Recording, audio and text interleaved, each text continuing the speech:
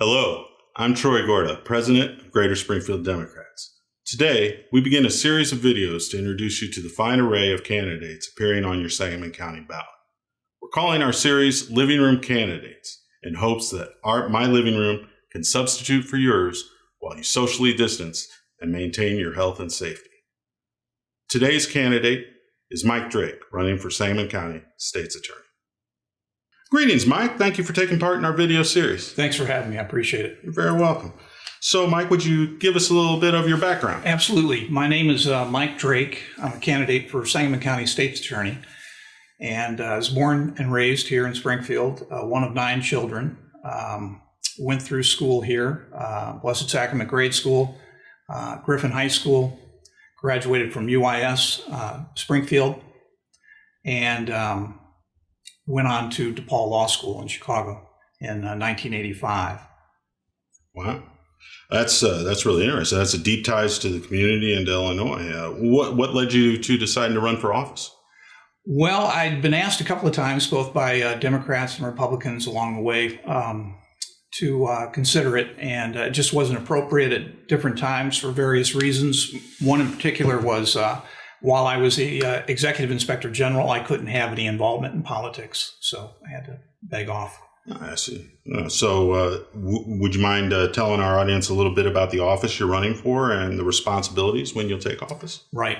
Sangamon County State's Attorney essentially represents all of the people of Sangamon County. Their primary function is in criminal prosecution, both of juveniles as well as the adult population. They also have a role in civil litigation or civil representation of county board members, county office holders, that sort of thing. Much of that work is what's contracted out to private firms. But nevertheless, the Sangamon County State's Attorney has a hand in much of that. They also do civil forfeitures, let's say in drug cases where somebody might be caught with money or a car, along with the suspicion that they were involved in a crime. State's Attorney's office can move to try to forfeit the property that they're holding at the time. So they have that ability. They also collect child support. So it's a pretty, anyway. Yeah, pretty thorough. Pretty thorough. Yeah. Most of our audience doesn't have your type of legal background, whether it's, for judicial candidates or to be an attorney. What advice do you have for our voters when they pick their next state's attorney? Well, I think we're at a critical point right now in our history, both nationally and locally. There's been sort of a confluence of issues that have come together, whether it's race or COVID or education or any number of things. But it seems as though we're at a head, and one of those issues is the criminal justice system in the United States and also locally. Somebody needs to take a fresh look at it. And so I think when you're looking for your state's attorney in Sangamon County, you ought to look a little bit below the surface of what you see as what's being presented to you. When I first came into the race, it was because there was no Democratic challenger. Dan Wright was running unopposed. Dan had filled a vacancy for John Milhiser, who had won and had been elected state's attorney and then later became U.S. attorney in the Central District here in Illinois. And Dan was then chosen by a Republican committee to take over that position. The Republicans have held the office since 1946. So it's been a long time since a Democrat has been in there. And one of the ways in which they do that is by this sort of piggyback process where one of the state's attorneys is elected. He's in for a partial term. He then moves on to another function in the justice system, and then Republicans are able to appoint the person that will then be the incumbent, and that person then has all the trappings of the office to promote themselves in whatever way they want, do the job as well. And we've had all kinds of fine state's attorneys. On this occasion, with regard to this time in history, and given that there was no opponent, I thought it was incumbent upon me to step up and become a candidate. and allow the community a choice. So what do you see as the biggest differences between you and your opponent? I think fundamentally it would be experience.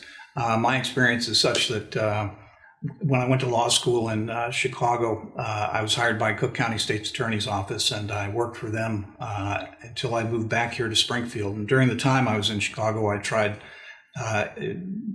50 jury trials, felony jury trials, and probably hundreds of bench trials. But there's all kinds of other things you do along the way, and something that I think Dan is missing in terms of his own experience and qualifications. So when I moved back to Springfield, I became chief of the felony division here under Pat Kelly and tried, again, another dozen cases or so. So I think that when I look at Dan's background as far as prosecution goes, it really only amounts to a couple of years and a few trials, to be perfectly honest. I say a few, I think there's about 12. But what he didn't have with the 12 jury trials is the hundreds of bench trials that precede that kind of get your feet wet and allow you to learn the law and rules of evidence and those kinds of things. So he was essentially slid into office by being assisting the previous occupant and being placed in there by the controlling party. That's correct. That's what happened. So when you take office, what changes do you plan to implement? I think the first thing on my list is implementing some sort of diversity within the office, hiring people that make up and look like the rest of the community. The office historically has not had a very good effort at recruiting people of color.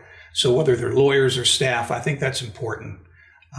Secondly, I think I would have more of a mentorship program where the older lawyers are more hands-on with the younger lawyers and sort of giving them some guidance. Unfortunately, too often I think young lawyers come in with very little life experience and they're asked to make decisions that are beyond their capacity. So I'd like to give them a little bit more freedom to make decisions as they see fit.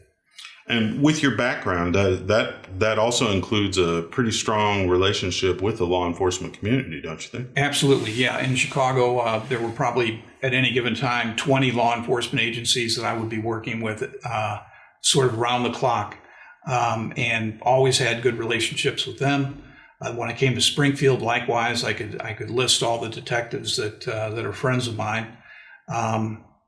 And of course, while I was Executive Inspector General for the Comptroller, that was a quasi-criminal kind of a position, and I often was dealing with the Illinois State Police and their detectives and so on. So I've got deep ties to the law enforcement community. Well, I greatly appreciate you coming and doing the video and introducing yourselves to our voters. And we just want to mention to everybody that with the election coming up on November 3rd, we'd like to see you take part in early voting. You can either do that by mail or going down to the county clerk's office. And then if nothing else, we want to make sure that you get out there to vote on November 3rd. I'm Troy Gorda, president of Greater Springfield Democrats, and this is Mike Drake, candidate for Sangamon County State's Attorney. Thank you.